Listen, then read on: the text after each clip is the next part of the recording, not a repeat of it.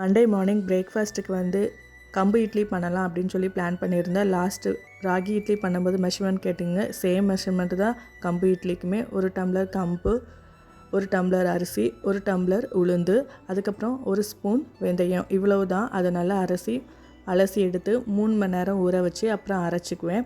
அப்புறம் அரைச்சிட்டு ஒரு 8 ஹவர்ஸ் அவ்வளோதான். அதுக்கப்புறம் புளிச்சிரும். அதுக்கப்புறம் நம்ம ஈஸியாக தோசை சுட்டுக்கலாம். நான் வந்து கிரைண்டர் யூஸ் பண்ண மாட்டேன்.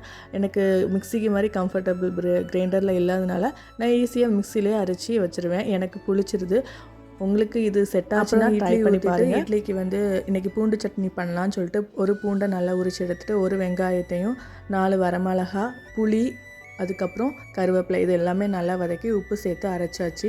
இன்றைக்கி வந்து மார்னிங் பிரேக்ஃபாஸ்ட்டுக்கு கம்பு இட்லியும் பூண்டு சட்னியும் தான். இந்த வீடியோ டிப்ஸும் உங்களுக்கு பிடிச்சிருந்தா லைக் பண்ணுங்கள். தேங்க்யூ.